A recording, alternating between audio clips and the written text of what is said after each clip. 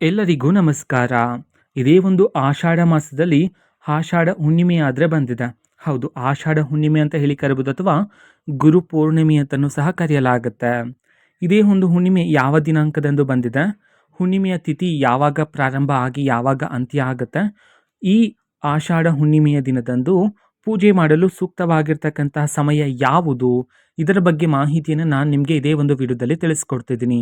ವಿಡಿಯೋವನ್ನು ಸ್ಟಾರ್ಟ್ ಮಾಡ್ತೀನಿ. ಅದಕ್ಕಿಂತ ಮೊದಲು ನೀವಿನ್ನೂ ನಮ್ಮ ಚಾನಲ್ಗೆ ಸಬ್ಸ್ಕ್ರೈಬ್ ಮಾಡದೇ ಇದ್ರೆ ಈ ಕೂಡಲೇ ಚಾನಲ್ಗೆ ಸಬ್ಸ್ಕ್ರೈಬ್ ಮಾಡ್ಕೊಳ್ಳಿ ಮತ್ತು ಲೈಕ್ ಮಾಡಿ.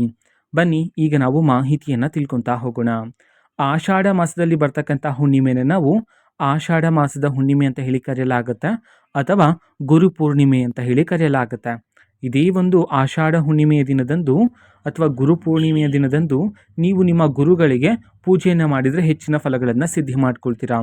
ಹೌದು, ಗುರು ರಾಘವೇಂದ್ರ ಸ್ವಾಮಿಯನ್ನು ಮತ್ತು ಸಾಯಿಬಾಬಾ ದೇವರನ್ನು ನೀವು ಆರಾಧನೆಯನ್ನು ಮಾಡಿದರೆ ಹೆಚ್ಚಿನ ಫಲಗಳನ್ನು ಸಿದ್ಧಿ ಮಾಡ್ಕೋಬೋದಾಗಿರುತ್ತೆ. ಅದೇ ರೀತಿ ನೀವು ನಿಮಗೆ ಶಿಕ್ಷಣವನ್ನು ಕಲಿಸ್ಕೊಟ್ಟಿರ್ತಕ್ಕಂಥ ಗುರುಗಳ ಪಾದಕ್ಕೆ ನಮಸ್ಕರಿಸಿ ಅವರ ಆಶೀರ್ವಾದವನ್ನು ಪಡ್ಕೊಳ್ರೆ ಜೀವನದಲ್ಲಿ ಯಶಸ್ಸನ್ನು ನೀವು ಈ ದಿನದಿಂದ ಕಾಣಬಹುದಾಗಿರುತ್ತೆ. ಹಾಗಿದ್ರೆ ಗುರು ಪೂರ್ಣಿಮೆ ಯಾವಾಗ ಹಬ್ಬ ಆದರೆ ಬಂದಿರತಕ್ಕಂಥದ್ದು ಅಂತ ನಾವು ನೋಡೋದಾದರೆ, ಇದೇ ತಿಂಗಳು ಜುಲೈ 29ನೇ ತಾರೀಕು ಬುಧವಾರ ಆದರೆ ಬಂದಿರತಕ್ಕಂಥದ್ದು ಗುರು ಪೂರ್ಣಿಮಾ ಹಬ್ಬ.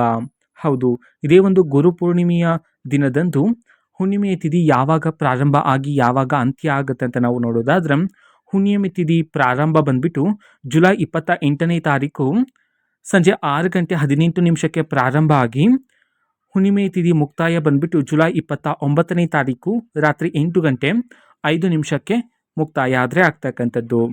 ಒಟ್ಟಾರೆ ನೋಡೋದಾದರೆ ಹೆಚ್ಚಿನ ಹುಣ್ಣಿಮೆಯ ತಿಥಿ ಬಂದ್ಬಿಟ್ಟು 29ನೇ ತಾರೀಕು ಬುಧವಾರ ಇರುವ ಕಾರಣದಿಂದಾಗಿ ನಾವು ಗುರು ಪೂರ್ಣಿಮಾ ದಿನವನ್ನು ಅಥವಾ ಆಷಾಢ ಮಾಸದ ಹುಣ್ಣಿಮೆಯ ದಿನವನ್ನು ನಾವು ಜುಲೈ 29ನೇ ತಾರೀಕು ಬುಧವಾರ ಆದರೆ ಆಚರಣೆ ಮಾಡಲಾಗುತ್ತೆ. ಇದೇ ದಿನದಂದು ಪೂಜೆ ಮಾಡಲು ಸೂಕ್ತವಾಗಿರ್ತಕ್ಕಂಥ ಸಮಯ ಯಾವುದು ಅಂತ ನೋಡೋದಾದ್ರೆ, ಒಟ್ಟಾರೆ ಬೆಳಗ್ಗೆಯಿಂದ ಸಂಜೆ 8 ಗಂಟೆವರೆಗೂ ಸಹ ಅವಕಾಶ ಇರುವ ಕಾರಣದಿಂದಾಗಿ ಅಂತಂದರೆ ಹುಣ್ಣಿಮೆ ಇರುವ ಕಾರಣದಿಂದಾಗಿ ನೀವು ಯಾವಾಗ ಬೇಕಾದರೂ ರಾಹುಗಾಲವನ್ನು ಬಿಟ್ಟು ನೀವು ಯಾವಾಗ ಬೇಕಾದರೂ ಪೂಜೆಯನ್ನು ಮಾಡ್ಬೋದಾಗಿರುತ್ತೆ. ಸೂಕ್ತ ಕಾಲ ಬಂದುಬಿಟ್ಟು ಬೆಳಗಿನ ಜಾವ ನೀವು ಮಾಡ್ಬೋದು ಅಥವಾ ಸಂಜೆ ಗೋಧೂಳಿ ಸಮಯದಲ್ಲಿ ನೀವು ಸಹ ಪೂಜೆಯನ್ನು ಮಾಡಬಹುದಾಗಿರುತ್ತೆ. ಇದು ಆಷಾಢ ಮಾಸದ ಹುಣ್ಣಿಮೆಯ ದಿನದಂದು ಪೂಜೆ ಮಾಡ್ತಕ್ಕಂಥದ್ದು ಮತ್ತು ಹುಣ್ಣಿಮೆಯ ತಿಥಿ ಆರಂಭ ಮತ್ತು ಮುಕ್ತಾಯದ ಮಾಹಿತಿ ಆಗಿರುತ್ತೆ. ಮಾಹಿತಿ ಇಷ್ಟ ಆಗಿದ್ರೆ ನಿಮ್ಮ ಫ್ರೆಂಡ್ಸ್ ಆ್ಯಂಡ್ ಫ್ಯಾಮಿಲಿ ಮೆಂಬರ್ಸ್ಗೂ ಸಹ ವಿಡಿಯೋನ ಶೇರ್ ಮಾಡಿ, ಜೊತೆಗೆ ಚಾನಲ್ಗೆ ಸಬ್ಸ್ಕ್ರೈಬ್ ಮಾಡಿಕೊಂಡು ಸಪೋರ್ಟ್ ಮಾಡಿ.